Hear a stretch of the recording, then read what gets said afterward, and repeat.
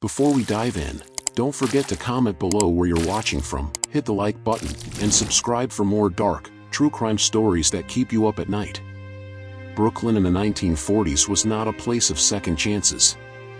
The brick walls sweated in the summer heat, the alleys stank of garbage, and men carried home their silence from long factory shifts. Roy DeMeo was born into that silence. His father barely spoke, his mother counted coins twice before buying bread. Roy learned early that if you wanted more, you had to take it. He wasn't just another kid on the block, he had drive, strength, and the speed to play ball. Maybe, in another life, he could have left those streets behind. But one fist thrown too hard in a high school fight shut that door forever. Expelled, his future gone, the streets opened wide for him. He started small, running slips for bookies, delivering envelopes, carrying bags he didn't dare open. His face was calm, his voice steady, and that caught the eye of Nino Gaggi, a man whose quiet presence made others shrink. Nino didn't raise his voice, he didn't need to. One nod from him was worth more than a sermon. He pulled Roy close, saying only, "Stick with me. You'll learn." Roy learned fast. His first real test came on a fog-choked night. A textile truck slowed down a dead-end street, its headlights glowing like tired eyes. Roy crouched behind a dumpster, revolver slick in his palm. His heartbeat wasn't fear, it was hunger. The signal came. Roy yanked open the driver's door, pressed the gun to his skull, and said one word, "Out." The man froze, lips trembling. From the other side, the passenger swung a tire iron wild and desperate. The gun fired.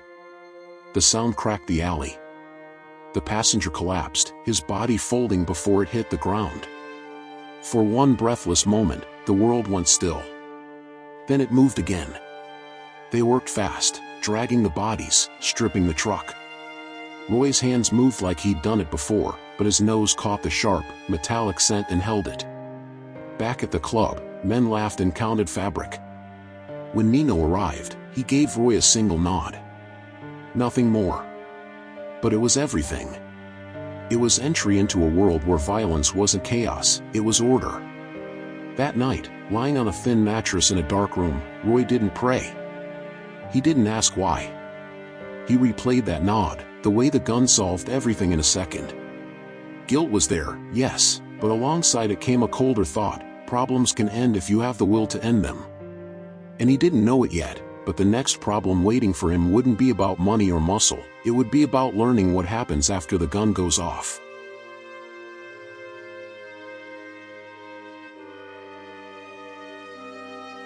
The chop shop under the elevated tracks was no ordinary garage. The trains rattled overhead, shaking dust loose from the ceiling, while sparks flew from saws chewing through metal. Oil, sweat, and gasoline mixed in the air. This was where Roy learned what came after the gun: the cleanup, the silence, the erasing of mistakes. Saul Fingers Mangano ran the place. Thin, wiry, with grease permanently embedded in his hands, Saul moved like a man who'd done this his whole life. He could strip a car in minutes, cutting it down to bare bones and stacking the parts neatly like groceries on a shelf. Roy watched everything, absorbing details the way other men absorbed scripture. He understood quickly, nothing went to waste, and nothing left a trail. Then one night, the lesson turned darker. A small-time thief named Benny had botched a job and brought unwanted heat. Nino gave the order. Vito, the lieutenant, tossed a roll of plastic across the floor. The sound it made as it unrolled was louder than the train passing overhead.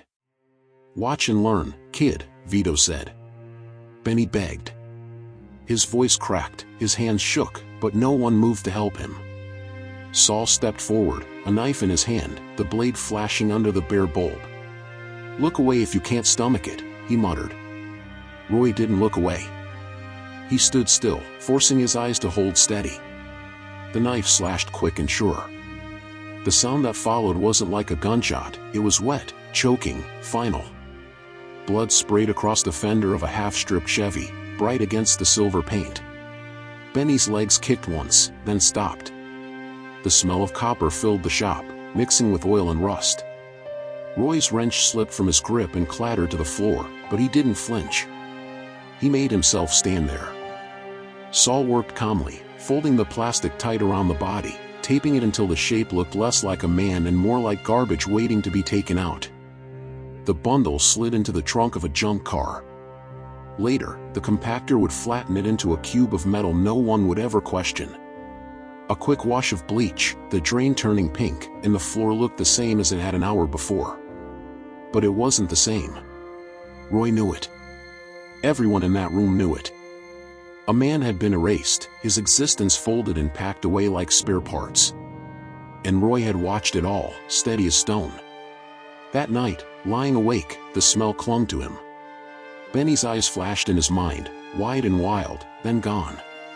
He realized something cold: death could be handled like business. Fast. Efficient. No loose ends. It was brutal, but it worked. And as he closed his eyes, one thought echoed louder than the trains outside. Next time, it won't just be Saul's hands holding the knife, it'll be mine. Summer in Brooklyn made the asphalt soft and tempers shorter. By now, Roy wasn't just a kid running errands, he was the one Nino called for updates. The chop shop clanged and roared as always, but Roy no longer just fetched tools. He gave orders, fixed problems, and watched for weakness. Junkies came sloppy and loud, drivers talked too much, thieves skimmed. Roy started replacing them with men he trusted. He had an eye for efficiency. While Saul pulled cars apart like a surgeon, Roy noticed the real money was in engines, transmissions, radios, the high-value pieces. Strip those first, he told Saul. Work smart, not just fast. Within weeks, profits rose. Nino noticed. One night in the back of the club, with wine in hand, he leaned in close and said, "You've got more than muscle, Roy. You've got a head for this." That approval was gasoline. Roy thought bigger. Why wait for junkies? We take the cars ourselves. High-end only. We know the marks, the schedules. We move clean, no noise. Nino stared at him, then gave that same small smile that said everything. Do it. Build your crew. Roy chose carefully. Dom and Joey behind the wheel, fast, cool, steady. Chris and Freddie for muscle, loyal, dangerous when needed. Together they scouted quiet neighborhoods, memorized routines, noted which garages stayed unlocked, which alarms were a joke. Roy studied patterns like a hunter studying prey. Their first target was a Rolls-Royce Silver Shadow. Midnight blue, parked in a detached garage. Its owner, a wealthy broker, came home drunk most nights. Perfect. At midnight, Dom cut the alarm, Joey worked the ignition, Freddie pulled the door without a sound. In less than 90 seconds, Roy was behind the wheel, the leather soft under his hands. The car purred as if it belonged to him. They drove it straight to Saul. He didn't even blink, just stripped it down, piece by piece. By dawn, the Rolls was gone, dissolved into the market like sugar and water.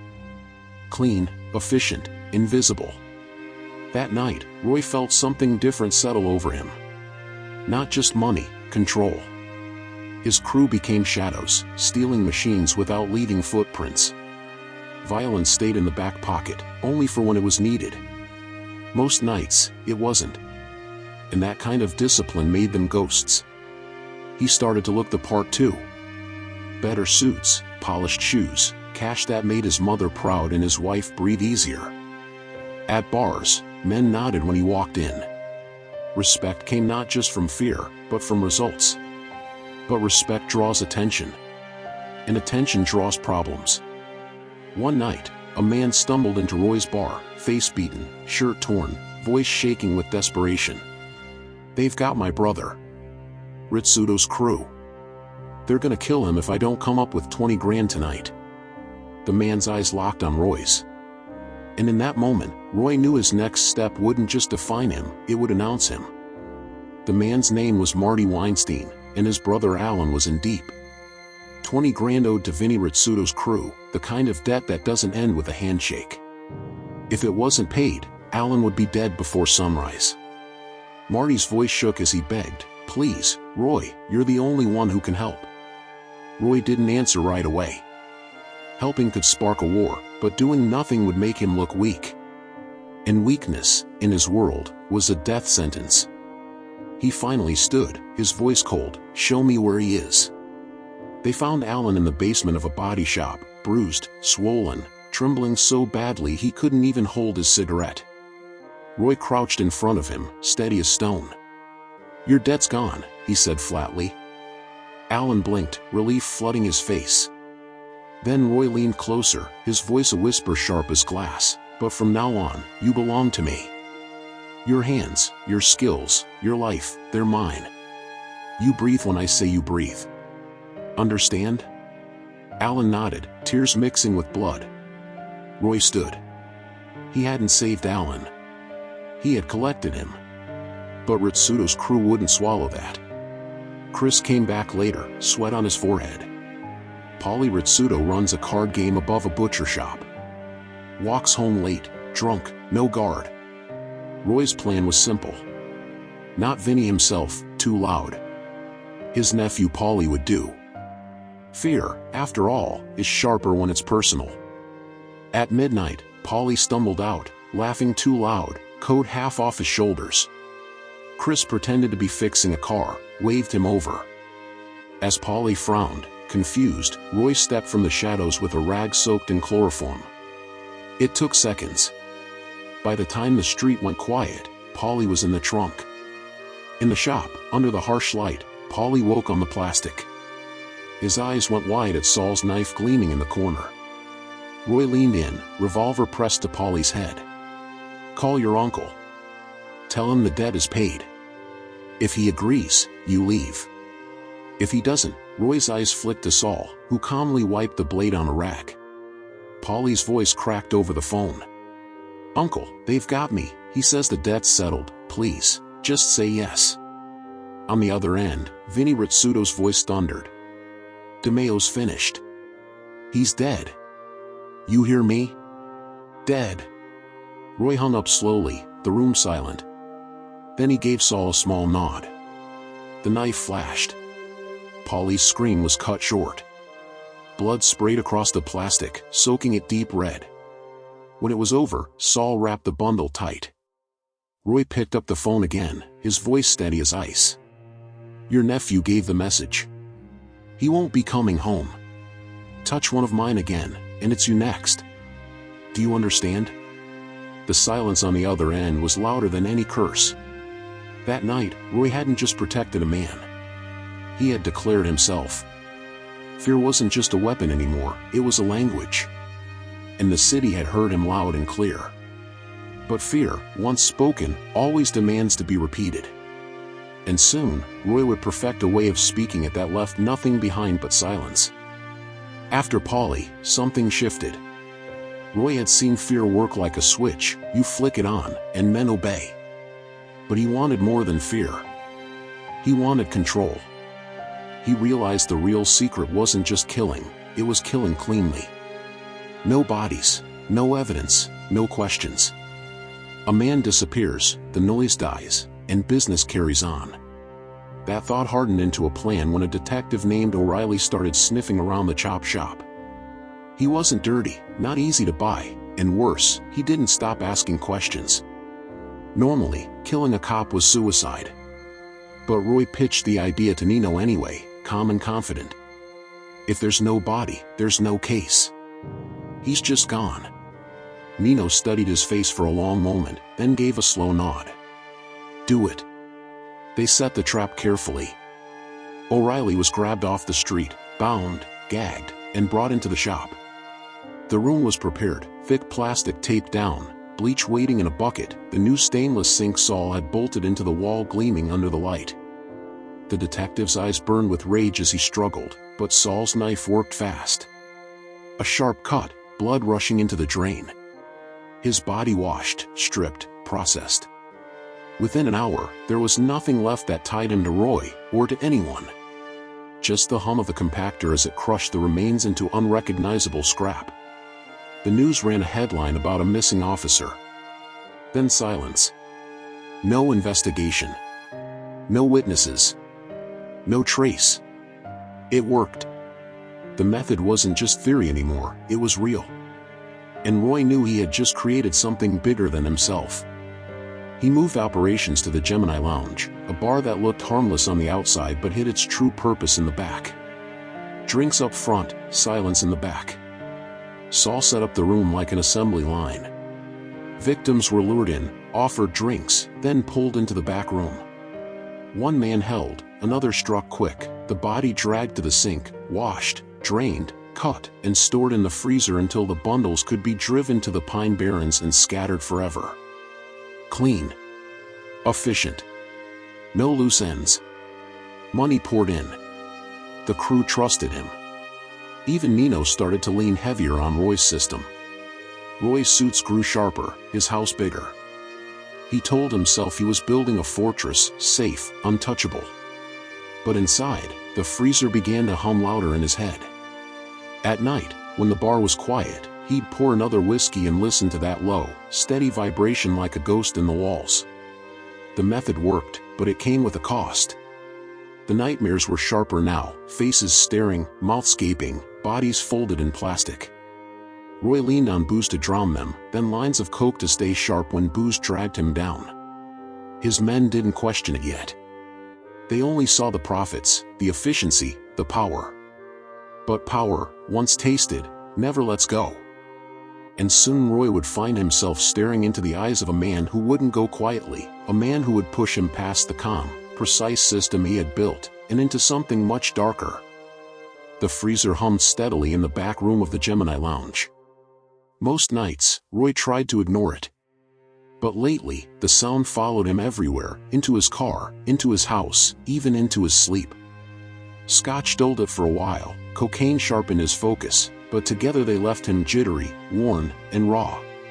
The method worked flawlessly, but Roy's mind didn't. The jobs kept coming.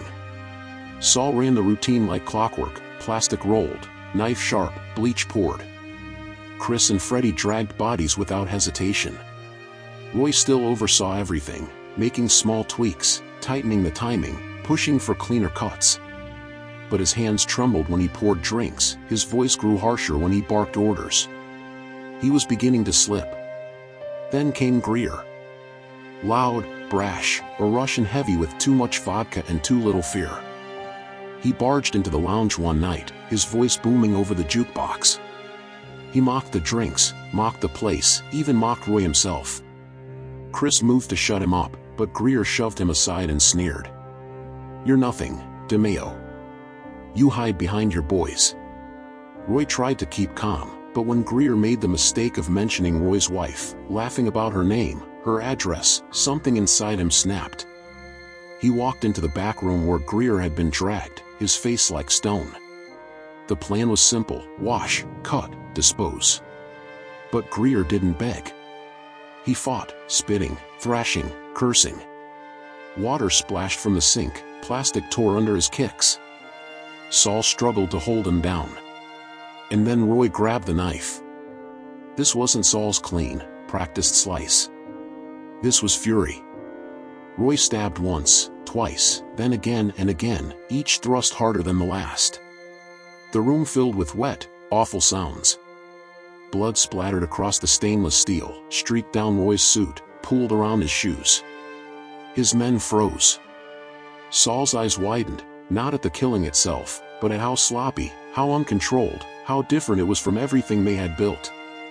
When Greer finally went still, the silence was deafening. Roy stood over the body, chest heaving, knife dripping. His crew didn't move until he dropped the blade with a clang. Then, in silence, they worked, wrapping, cutting, hauling to the freezer like always. But the rhythm was broken. The neat machine Roy had built was stained by chaos.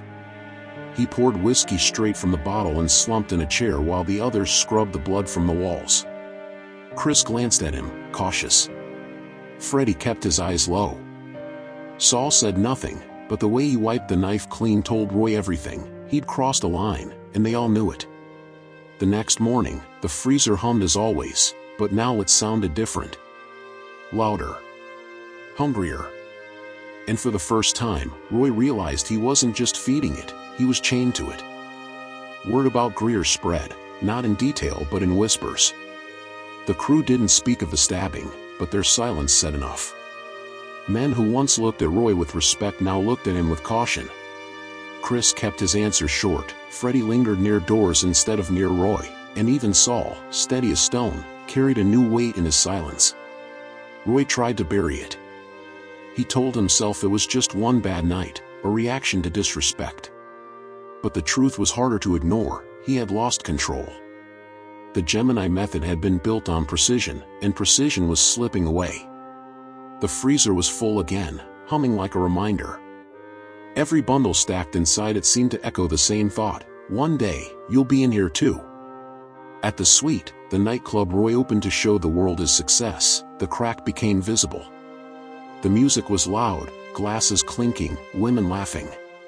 But then Richie, a low-level driver, spilled whiskey across Roy's white jacket. A small mistake. Harmless, forgettable, if Roy had been himself. Instead, rage boiled up fast. He shoved Richie hard against the mirrored wall, glass exploding around them. He pressed a gun to Richie's head and screamed, "You think I'm a joke?" The entire club froze. The band stopped. People stared in horror as Richie sobbed, stammering apologies. Roy's finger twitched on the trigger, his breath ragged. And then a calm voice cut through the chaos. "Roy." It was Henry Borelli. Immaculate suit, slick hair, a voice smooth as glass. He stepped forward, steady, unafraid. "It's Richie. Just Richie. Let him go." For a moment, Roy's eyes darted between the trembling man and Borelli's calm stare. Then, slowly, he lowered the gun. He walked out without another word, but the damage was done. Later, Nino called him in. His tone was cold, measured. "You're looking sloppy, Roy. Weak. Borelli's keeping the bosses calm for now, but don't let this happen again." Roy nodded, but inside, the shame burned hotter than the liquor in his veins. Borelli's shadow grew longer after that night. He didn't need to raise his voice, didn't need to spill blood. He smoothed problems with a smile, earned loyalty with steadiness, and, little by little, the crew began to look at him the way they once looked at Roy. Back at the lounge, Roy stared at the freezer, drinking in silence while the hum filled the room. Once, it had sounded like victory. Now it sounded like a countdown. And deep down, Roy knew what he couldn't say out loud, the Gemini Method was no longer just his creation, it was becoming his replacement. After the suite, something broke between Roy and his men. They still followed orders, but not with the same fire. Chris's loyalty felt thinner, Freddie's silence heavier, and Saul, once the steady hand of the crew, avoided Roy's eyes altogether. Even when jobs went smoothly, the air around them felt wrong, like everyone was waiting for something to snap again. The freezer in the lounge was packed, bundles stacked high like grotesque trophies. Roy couldn't stand to look at it, but he couldn't look away either. The hum crawled under his skin, a sound that seemed to follow him home, into his sleep, into his bones. To numb it, he drank more. To sharpen himself after the whiskey dulled him, he cut lines across the very sink that once ran red with blood. His reflection in the steel was hollow-eyed, jittery, a man unraveling. Then came Nicky the Ferret Santoro, dragged in by Freddie one rain-soaked night. Accused of skimming from Borelli's books, Nicky was sweating, babbling, pleading for mercy. Normally, Roy would have handled it with precision, strip, wash, cut, dispose. The method worked because it was clean. But Nicky's whining hit a nerve Roy couldn't control. Before Saul could even unroll the plastic, Roy grabbed a lead pipe. The first swing broke teeth, the second shattered bone. Blow after blow, Nicky's body collapsed under the weight of Roy's rage. Blood sprayed across the walls, the pipe slick in his hands. By the time he stopped, Nicky wasn't a man anymore, he was pulp. The crew stood frozen, eyes wide. Saul muttered under his breath, not the method, but he still moved forward, cutting, bagging, cleaning. Chris and Freddie worked in silence, their faces pale. Only Roy sat slumped in a chair, breathing heavy, bottle in hand, watching as his own men cleaned up the chaos he had made. The next morning, Borelli walked in. Crisp suit, steady gaze, calm as ever. He didn't ask what had happened, he didn't need to. The bloodstains scrubbed into the concrete, the looks on the crew's faces told him everything. He simply glanced at Chris, a look that spoke louder than words. Later, Chris came to Roy, voice low, almost apologetic. "Henry thinks, maybe we should take care of loose ends before they take care of us." Roy froze. Loose ends? Chris didn't answer directly, but his meaning was clear. It wasn't outsiders they were talking about. It was them, the crew. The very men who had stood beside Roy through every disposal, every bloody night in the back room. For the first time, Roy saw it plain. The monster he had created wasn't just devouring enemies. It was circling back, ready to devour him too. Roy couldn't shake Chris's words. Loose ends. They echoed in his head, louder than the hum of the freezer, louder than the shouts of drunks in the lounge. He looked at his own crew and saw strangers, Chris's jaw tight, Freddy's eyes avoiding his, Saul smoking in silence, watching him like a man already weighing odds. And then there was Borelli, always polished, always calm, his voice smooth as silk. Trust, he'd once said over coffee, is the easiest thing to counterfeit. Those words stuck like glass in Roy's throat. He began seeing threats everywhere. A car idling too long outside felt like surveillance. A knock at the wrong hour felt like an ambush. He dragged his crew through endless counter-surveillance drills, switch cars, double back, speaking codes. They obeyed, but without energy, without loyalty. He could feel them slipping further, their patience thinning. At home, the quiet was worse. His wife barely spoke now, moving through the house like a ghost. The big house with its lawn and pool felt like a stage set, hollow and false. Roy sat up at night, gun on the table, staring out the window at headlights creeping down the street. Sometimes he'd snort a line, heart racing, ears ringing, convinced that if he blinked too long someone would be at the door.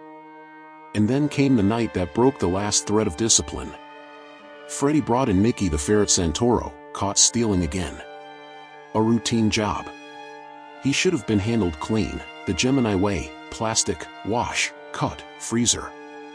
But Mickey's begging, his voice cracked with terror, drove Roy over the edge. Before Saul could even roll the plastic, Roy snatched a pipe and brought it down with a roar. Once, twice, over and over, until bone shattered and blood sprayed across the concrete. His crew stood frozen. They'd seen killings, they'd done them, but this was different, this was rage, wild and messy. By the time Roy stopped, Mickey was nothing but a ruin on the floor. Saul muttered, "This isn't the method," but still he moved, hands steady, cutting, bagging, cleaning. Chris and Freddy worked without a word, their faces gray, their eyes hollow. Roy just slumped in a chair, glass in hand, watching them mop up what he had made. The next day, Borelli appeared, crisp and calm as always. He didn't scold, didn't raise his voice. He didn't need to. One glance at Chris was enough. Later, Chris pulled Roy aside, voice low. "Henry says, if we don't start tying off loose ends, we'll be next." Roy's stomach dropped. The message was clear, the method he had created, the machine he had perfected, was no longer his. It belonged to Borelli now. And it was turning inward. For the first time, Roy understood the truth. The freezer wasn't just hungry for his enemies, it was waiting for him. The nights grew longer, and Roy felt them pressing on his chest like stone. He sat in the office of the Gemini lounge, staring at his reflection in the black glass of the window. His face looked older, heavier, worn down by years of whiskey, cocaine, and blood. The hum of the freezer in the back room vibrated through the floor, steady and low, like a drumbeat marking time. Chris barely looked him in the eye anymore. Freddy kept to himself. Saul worked as if on autopilot, his silence sharper than any words. And Borelli, Henry Borelli, was everywhere. Smoothing things over with the bosses, calming the crew with his easy voice, earning respect without lifting a blade. Roy didn't need to be told what was happening. He could feel it. Borelli was replacing him, one nod, one smile at a time. He tried to push back. More jobs, cleaner scores, sharper orders. but the harder he pushed, the sloppier he became. His temper was quick, his hands shook, his paranoia leaked into every room. Once he pulled his gun on Joey over nothing more than a late arrival. The look on Joey's face told Roy what he didn't want to hear. They weren't afraid of him anymore, they were waiting for him to fall. At home, the silence was even worse. His wife no longer asked questions. She simply moved through the house like a shadow while Roy paced with a glass in one hand and a pistol in the other. The big house, the car, the pool, none of it mattered. They were props on a stage built on bodies, and the play was ending. And then came the moment of clarity. Alone in the lounge one night, Roy poured the last of a bottle, his hand trembling. The freezer hummed louder than ever, as if calling his name. He thought of Benny, Polly, O'Reilly, Greer, Nicky, the endless faces that had gone into that machine. Each one a problem solved, each one another step deeper into the trap. And now, for the first time, he admitted the truth, the trap wasn't for them. It was for him. He whispered to the empty room, voice hoarse, almost breaking.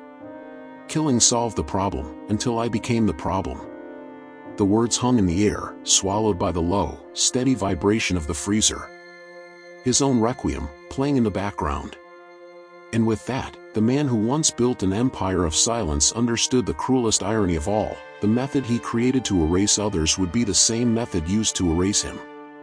That was the Iceman's Requiem, blood and betrayal inside Roy DeMeo's Gemini Slaughterhouse. If you stayed until the end, I want to hear your thoughts. Do you think men like Roy are destroyed by their enemies, or by themselves? Drop your answer in the comments. Don't forget to like this video, share it, and subscribe for more dark true crime stories told like never before.